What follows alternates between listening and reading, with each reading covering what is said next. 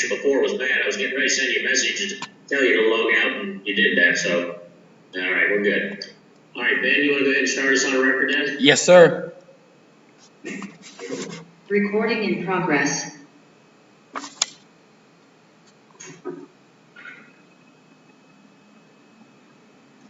All right, this is case number 21 CR 144, State of Ohio versus Joshua L. Moore. This hearing is being conducted by Zoom. Mr. Moore is appearing by Zoom from, I believe, the probation department. His attorney, William Armentrout, is appearing from his office. The assistant prosecutor, Adam King, is appearing from his office. Mr. Armentrout, you and your client are both agreeing to have this matter conducted by Zoom rather than in-person hearing. Yes, we are. You're agreeing with that, Mr. Moore? Yes, sir. Right, we had a hearing for a pretrial yesterday, and the parties indicated that there was an agreement reached, and I have that here, I believe.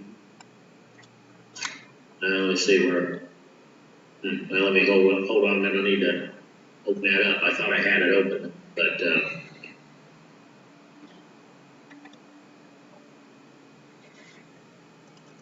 let's see here.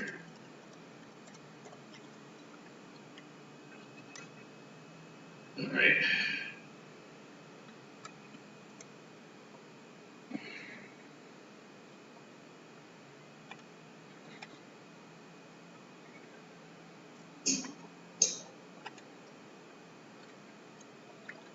There it is. All right. So that is a plea form, Mr. Moore, that was just emailed to me, and it has your name, case number on there, and it says that it's a plea of guilty. You recognize and see that form, okay? Yes, sir. All right. Now I'm going to go clear down to the end of the document, and right there on page 3. There's a sentence where my cursor is. It says I entered this plea voluntarily, and below that, there's a line printed under which the printed signature defendant. Is that your signature there I'm looking at with my cursor? Yes, sir. All right, and I know you had an appointment to see Mr. Armentrout this morning, and did you just sign this document this morning? Yes, sir. At his office? Yes. When you signed it, did you understand it was agreement to plead guilty, which means there won't be a trial. The next step in your case will be a sentencing hearing? Yes, sir. Now, do you feel you had enough time to fully consider this matter before making this decision? Yes, sir. You and Mr. Armentrout have been talking about this before he came to his office today. Yes. All right. Are you entering into this agreement to plead guilty voluntarily? Yes, sir. All right. And by the way, if at any time during this hearing you need to talk to Mr. Armentrout, since you're not in the courtroom next to him, just tell me, and I can put you and him into what's called a breakout room where the two of you can talk. No one else will be able to see you, period, okay? Okay. All right, now go back up to page 1, and it says that you're going to withdraw your not guilty plea to count 1. You're currently charged with 2 counts of breaking and entering and theft. This says you're going to withdraw your not guilty plea and plead guilty to the first count, breaking and entering under 2911.13a, a 5th-degree felony. Further states that you understand that the maximum penalty for that could be 12 months in prison. There's a minimum of 6 months if prison is imposed. There could be a fine of $2,500. You understand that? Yes, sir. Are you facing any felony charges anywhere else, Mr. Moore? No. Are you currently on probation, community control, parole, or post-release control for a felony? I'm on probation in Stark County. I call every Monday. All right, and what is that for? For $2,500 cash. That was a car that I bought. Pardon me? Felony theft. Theft, okay, all right. So, I don't know when how long have you been on probation up there? A month. Okay. So, that offense wasn't committed then, all right. So, then the plea here would not have any effect on that. That's what I was getting at, because if you commit a felony while you're on community control, then it could be grounds for revocation. But since these cases have been paid at the same time, that shouldn't be a problem. However, if at some point in the future you should be sentenced to prison, in this case and the Stark County case, those cases will be able to be served consecutively, meaning one after the other. You understand that? Yes, sir. Now, under the law, I'm not required to sentence you to prison. for this offense I can impose what's called, well, let me back up, post-release control. In the event you should be sentenced to prison and serve a prison term, then the law provides that the adult parole authority, as part of that sentence, could decide to put you under post-release control supervision for a period of up to 2 years. They would set the terms and the parole officer would supervise you. And if during that period of time they found that you had failed to comply with those conditions, they could return you to prison to make you serve an additional period of up to, in this case, half of your prison term, which is 6 months. If the maximum is 12, that would be the most it would be, or one or more violations. But if you commit a new felony while you're under post-release control, then in addition to whatever sentence the judge in a new case can impose upon you, the judge can also sentence you, in this case, or for committing that offense while under post-release control in this case, for an additional period of 1 year, whatever time is left on that 3 years of post-release control, whichever is greater. If that occurred, that would have to be served with a secondary sentence in the case. You understand that? So, now under the law, I'm not required to sentence you to prison for this offense I can impose what's called committing control. And since you're familiar with that, committing control is basically probation. It means that instead of going to prison, you're put under the supervision of the probation officer. Your term set by the court, in this case, for up to 5 years. Now, if during that period of time the probation department held that you were not complying, they would violate and notice that the court served a copy on you. You would have a hearing, be represented by an attorney at that hearing. If the outcome of that hearing was that you had complied at that time, the court would go to control that sentence in prison for 12 months, 5 years, 25 or no. You understand that? So, all right, now the charge in this case alleged that on about June 14, 2021, in this county, Bobby Lee Clifford and you did knowingly by forced out of themselves to trespass in an unoccupied structure to put a barn, lean-to, purpose to commit their offense of applying to ORC section 2913.02A1 for a felony. In violation of 2911.13A Iowa Code, which is breaking and entering into a felony with a possible prison term of 12 months and a possible fine of $25. Mr. Moore, you understand what it is the state sent you did, when, where, how they elected you did? Yes, sir. You understand the possible penalties for that offense? Yes, sir. Now, we discussed the nature of the charge, the evidence of the case, possible legal issues of the case, possible issues you try to raise a trial, possible trial with your attorney. Yes, sir. And you're satisfied with his advice and confidence in this matter? Yes, sir. Are you under the influence of any types of drugs or alcohol at this time? Yes, sir. Are you taking any prescription drugs? No, sir. Has anyone threatened you to make you plead guilty here today? No, sir. Now, on page 2 there's a couple of lines there. You should be able to see that are bold with underlines. See those? Yeah. All right. They read as follows. Defendant shall not plead guilty to count 1, state was dismissed count 2, state defense trying to direct make control, then agrees to make full restitution. That's your understanding of the agreement? Yes, sir. Does anyone want to think other than that issues to plead guilty here today? Yes, sir. And Mr. King, we have an amount of restitution? No restitution, Your Honor. Okay. All right.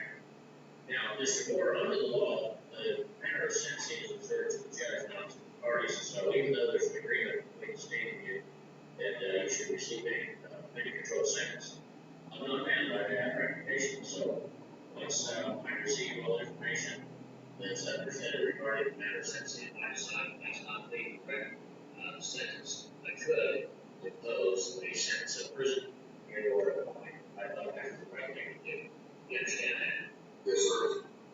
Right now, do you hold any type of license or certification from any state agency or any trade or profession? No, sir. Right now, there are certain constitutional rights you must understand before I plead guilty. First of all, you have the right to have counsel. If there are untraveled that represent you, not simply work case but any defense might be had to the law that you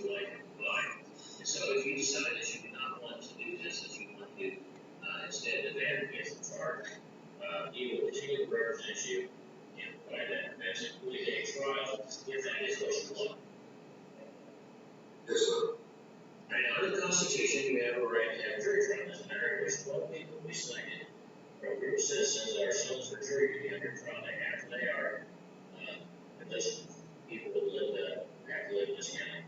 Now, after those 12 are selected, the evidence will be presented, they be instructed on the law. And then the judge, or then the jury will have to decide by a unanimous verdict, meaning after agreed, as to whether or not the state proved guilty of proof beyond a reasonable doubt. Now, if you didn't want to have a jury trial, but you did want to plead guilty, you can waive, which means give up in writing the right to have a jury trial. And in that case, you would have to call a probation.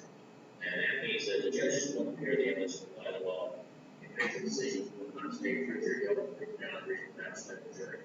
You understand that? Yes, sir. Now, Mr. Moore, the Constitution, you have a right to confront witnesses against you and cross-examine them through your attorney. What that means, the witnesses against you have to come in court and testify whether you. I just went to sleep. I was sitting here like this, and He he went from real loud to what he's mad. You understand that? Right, under the Constitution, you have a right to use the power of this court to call a court witnesses to come in court to testify for you, just like the state. So if you have witnesses you're not certain why you come in voluntarily, your request court issues court orders called a subpoena, and that would force those witnesses to come to court, be available to testify if you wanted them to, even though they don't want to be here, which is the same way the state's witnesses are required to come to court. Do you understand that? Yes, sir. Now, under the Constitution, you have a privilege against self-incrimination. What that means is that you cannot be forced to give evidence or testify in this matter at any time, including trial. No one can ever make you testify. The prosecutor can, the judge can. You make that decision. And if you decide that you're not going to testify, the fact that you did not testify cannot be used against you in any way by any person. And no one's even able to talk about that, except in one situation. That is, if there's a jury trial and you don't testify, the judge instructs the jury that because that is your right, they cannot consider it for any purpose. Do you understand that? Yes, sir. All right, now, in the Constitution, you're presumed innocent until proven guilty by the state of Ohio on every essential element of the offense charge. What that means is that the burden of proof isn't on you to try to prove you're not guilty. The burden is on the state. In fact, under the law, you're not even required to present any evidence in your own defense at trial. Now, you may, but you're not required to. Whether you present any evidence in your own defense or not, the burden of proof will remain upon the state to prove your guilt on every essential element of the offense charge by proof beyond a reasonable doubt, which is the highest burden of proof that's known under the law. Do you understand that? Yes, sir. Right now, originally, you entered a plea of not guilty, Mr. Moore. That plea denied the allegation in the indictment, denied you committed any crime, and it exercised or revoked all the rights that I just described for you this morning. Now, if you change your plea from not guilty to guilty, that is the opposite of the not guilty plea, in that it admits the allegations in the indictment, admits that they're a crime, that you committed that crime. And that plea waives or gives up all of the rights that I just described for you this morning, except your right to have an attorney. Because you always have a right to have an attorney no matter what your plea is. With that exception, plea of guilty would waive or give up your right to have any jury or court trial. Waive or give up your right to confront witnesses against you and cross-examine them through your attorney.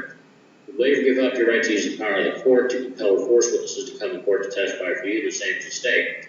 You would waive or give up your privilege against self-incrimination because you're the one saying you're guilty. That's what's used to find you guilty. You would waive or give up your right to, right to require the state to prove your guilt and prove beyond a reasonable doubt and your presumption of innocence. Because if you say you're guilty, the state doesn't have to prove your guilt.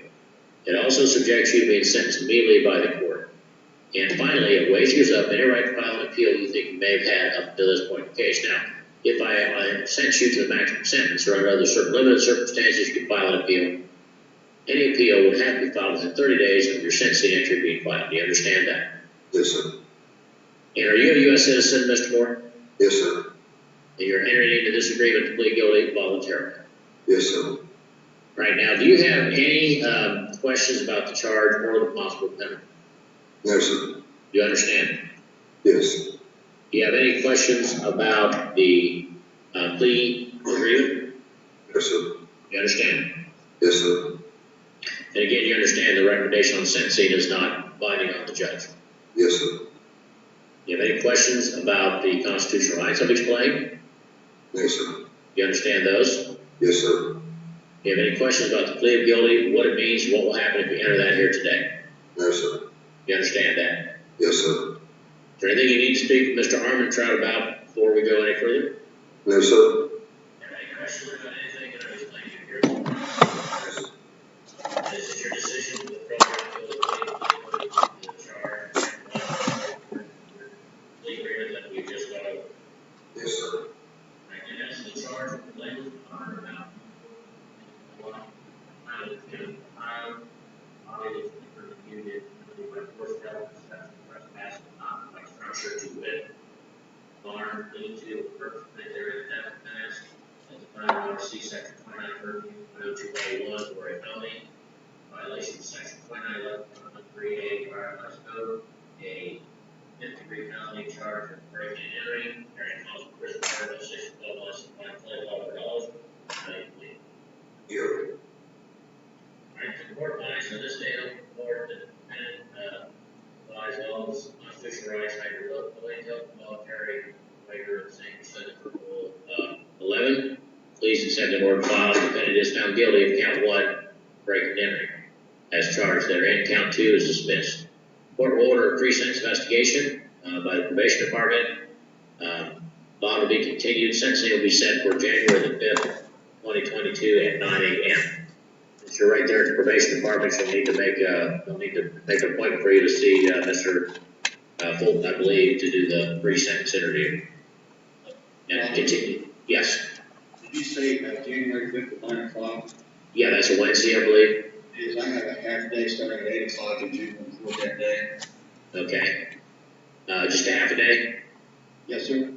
All right, let's do it at 1 p.m. Your Honor. Yeah. At 1 o'clock, different case in June for the rest of the day.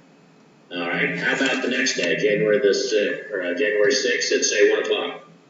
All right. January 6th at 1 o'clock. So you won't have to be here. I think your trial date might have been the 13th, 16th. I can't remember. You don't have to be here for that. Continue to report to probation under your pretrial supervision, and make sure you see Mr. Fulton or whoever is going to do your pre-sentence interview, because they'll get the information to get to the court that I'll be able to use and make the determination of what the sentence ought to be. All right. Do you have any questions, Mr. Moore? No, sir. Anything further, counsel? No, Your Honor. Is he in good information right now, Judge? He's there. Oh. Yeah, I'm not. Yeah. So he can make, they'll make an appointment for him now. I know if Mr. Fulton seen today, or he may need